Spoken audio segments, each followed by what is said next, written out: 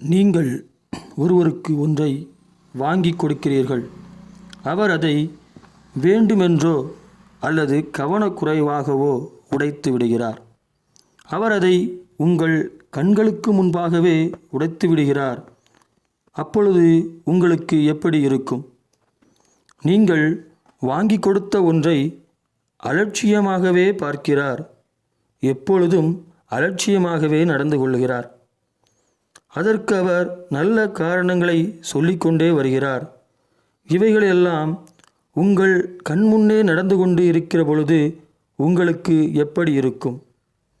உங்களைப் போலத்தான் இயேசு கிறிஸ்துவும் இருக்கிறார் என்று நீங்கள் நினைத்து நீங்கள் தவறு செய்கிற பொழுதும், நீங்கள் பாவம் செய்கிற பொழுதும், நீங்கள் கீழ்ப்படியாத பொழுதும் வெட்கப்பட்டு பயந்து ஆதாமையும் ஏவாளையும் போல கர்த்தருடைய சமூகத்தை விட்டு விலகி ஏதோ ஒரு உலக காரியங்களுக்கு பின்னால் ஒளிந்து கொண்டு இருக்கிறீர்களா?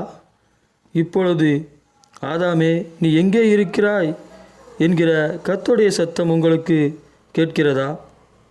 நீங்கள் எத்தனை முறை உடைத்தாலும் இயேசு கிறிஸ்துவானவர் அதை போல ஒன்றை முகம் கோணாமல் வாங்கி கொடுத்து கொண்டே இருப்பார். நீங்கள் எத்தனை முறை உடைத்தாலும் இயேசு கிறிஸ்துவானவர் அதை போல ஒன்றை முகம் கோணாமல் வாங்கி கொடுத்து கொண்டே இருப்பார். நீங்கள் உடைப்பதை நிறுத்தும் வரை திரும்ப திரும்ப வாங்கி கொடுத்து கொண்டே இருப்பார்.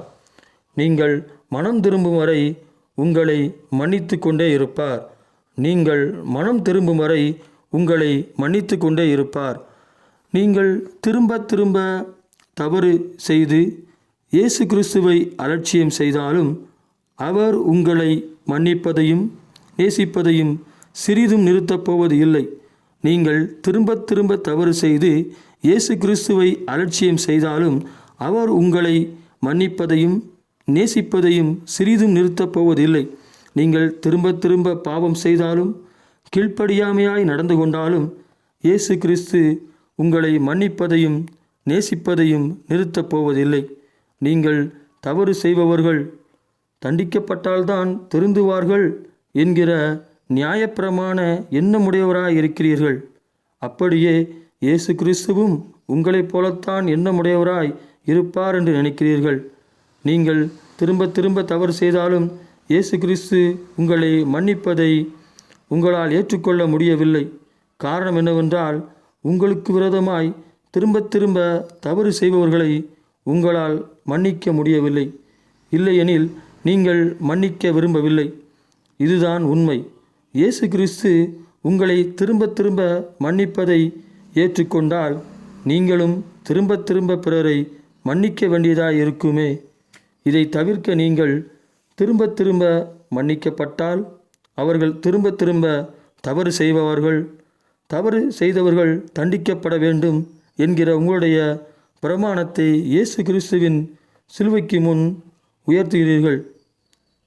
அவர்கள் திரும்ப திரும்ப மன்னிக்கப்பட்டால் அவர்கள் திரும்ப திரும்ப தவறு செய்வார்கள்.